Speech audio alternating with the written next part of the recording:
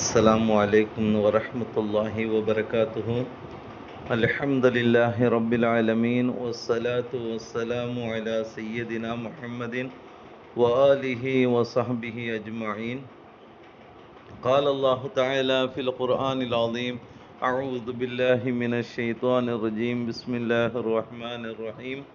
ومن يقترف حسنة نزد له فيها حسنا إن الله غفور شكور. சதகல்லாஹுல் அலியுல் அதீம்.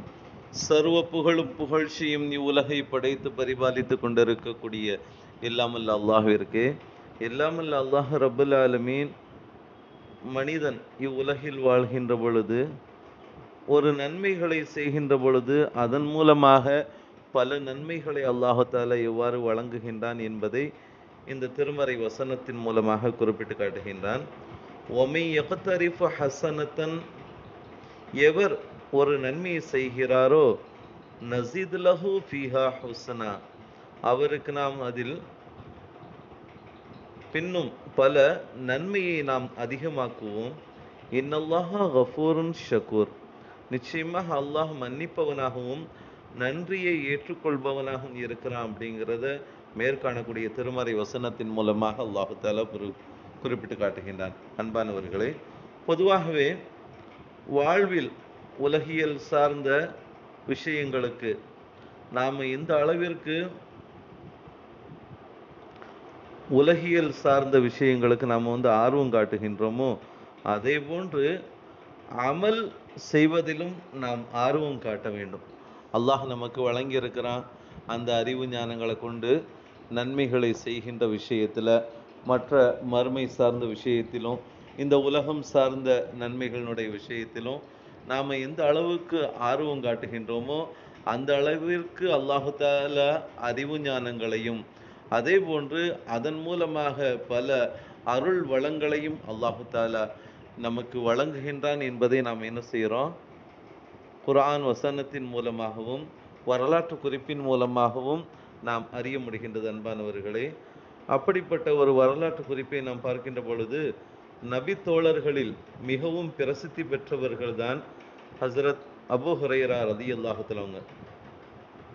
ஹிஜ்ரி 6ஆம் ஆண்டு ஹைபர் யுத்தத்திற்கு பிறகு இஸ்லாத்தை ஏற்று மாநபி ஸல்லல்லாஹு அலைஹி வஸல்லம் அவர்களோடு ஏறத்தாழ 3 ஆண்டுகள்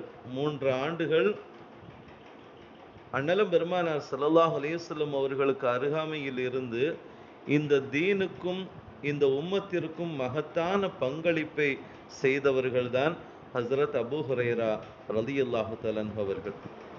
எந்த அளவிற்கு என்றால், நபிகள் நாயகம் ஸல்லல்லாஹு அலைஹி வஸல்லம் அவர்களிடமிருந்து 5374 ஹதீஸுகளை இந்த உம்மத்திற்கு கொடையாக வழங்கியவர்கள் ஹஸ்ரத் அபூ ஹுரைரா ரலியல்லாஹு தஆலா அவர்கள் என்பது, அவர்கள் இந்த இஸ்லாத்தை ஏற்றதற்கு பிறகு அந்த அமலுக்காக வேண்டி அவர்கள் காட்டக்கூடிய அந்த ஆர்வம் அவர்களை எந்த அளவிற்கு உயர்த்தி இருக்கின்றது. மார்க்கம் சார்ந்த விஷயத்தில் இன்றும் பல மனிதர்கள் பின்பற்றக்கூடிய அந்த ஹதீஸை அறிவிக்கக்கூடிய விஷயத்தில் அவங்க எந்த அளவுக்கு ஒவ்வொரு ஹதீஸையும் நுணுக்கமாக மனனமிட்டு இந்த சமுதாயத்திற்கு பறைசாற்றி இருக்கின்றார்கள் என்பதை இதன் மூலமாக நம்ம பார்க்குறோம். அதற்கு உதாரணமாக, ஒரு நாள் ஸைத் இப்னு சாபித் ரலியல்லாஹு தஆலா அவர்களிடம் ஒரு மனிதர் ஏதோ ஒன்றை கேட்க வந்தார். ஒரு கேள்வி, மார்க்கம் சார்ந்த விஷயத்தை கேட்க வருகின்ற பொழுது, இது குறித்து ஹஸரத் அபூ ஹுரைரா ரலியல்லாஹு தஆலா அவர்களிடம் கேளுங்கள் என்று அவர்களை சுட்டி காட்டி என்ன செஞ்சாங்க? ஹஸரத் ஸைத் இப்னு சாபித் ரலியல்லாஹு தஆலா அவங்க குறிப்பிட்டார்களேயானால், குறைந்த காலத்தில் பேரார்வத்தோடு கல்வியை கற்றவரின் நிலையை நாம் என்ன செய்கிறோம்? உணர கடமைப்பட்டிருக்கின்ற அன்பானவர்களே, அந்த விஷயத்தில் நம்ம ஒரு மார்க்க விஷயங்களை தெரிகின்றோமே ஆனால் அதை நல்ல முறையில் நம்ம கற்று பிறருக்கு கற்றுக் கொடுக்கக்கூடிய விதத்திலும் அதை அமல் செய்கின்ற விஷயத்திலும் ஆர்வம் காட்டுகின்ற பொழுது அல்லாஹ் நம்முடைய வாழ்க்கையில் என்ன செய்கிறான்? பரக்கத் செய்கின்றான் அப்படிங்கிறத இந்த வரலாற்று குறிப்பின் மூலமாக நம்ம பார்க்குறோம். அது மட்டுமல்லாது, ஸைத் இப்னு சாபித் ரலியல்லாஹு தஆலா அவங்க சொல்கிறாங்க, ஒரு நாள் நானும் பெயர் அறியப்படாத ஒரு தோழரும் அபூ ஹுரைரா ரலியல்லாஹு தஆலா அன்ஹுமா ஆகியோரும் அனைவரும் நாங்கள் என்ன செஞ்சோம், மஸ்ஜித் நபவியில் அமர்ந்து கொண்டு ஒருவர் துவா கேட்க மற்ற இருவரும் ஆமீன் சொல்ல வேண்டும் என்பதாக எங்களுக்குள்ள நாங்கள் என்ன செஞ்சிட்டோம், பேசி முடிவெடுத்து மூவரும் துவா செய்வதென நாங்கள் என்ன செஞ்சிட்டோம், முடிவெடுத்து அதை செயல் வடிவில் கொண்டு வரணும் அப்படிங்கிறத கொண்டு வந்த பொழுது நபிகள் நாயகம் ஸல்லல்லாஹு அலைஹி வஸல்லம் அவங்க வருகை புரிந்து மூவரும் ஒன்று கூடி இருந்ததனுடைய நோக்கத்தை அறிந்து கொண்டு எங்கள் துவாவிற்கு ஆமீனும் நபிகள் நாயகம் ஸல்லல்லாஹு அலைஹி வஸல்லம் சொன்னாங்க. கூட்டு துவாவே கூடாது அப்படின்னு சொல்லக்கூடிய இன்றைய காலத்தில் ஒன்று கூடி துவா செய்யக்கூடிய ஒரு மஜ்லிஸ்ல நாயகம் ஸல்லல்லாஹு அலைஹி வஸல்லம் அவங்களும் கலந்துருக்கிறாங்க அப்படிங்கிறது இங்கு குறிப்பிடத்தக்க ஒரு விஷயம்.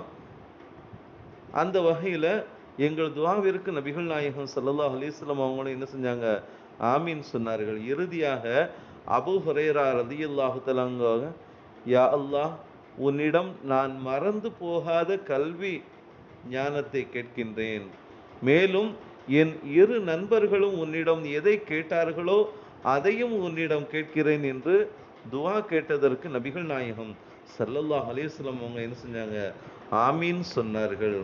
அப்போது மற்ற இரு தோழர்களும் நாங்கள் இருவரும் அபூ ஹுரைரா ரலியல்லாஹு தஆலா அன்ஹு அவர்கள் கேட்ட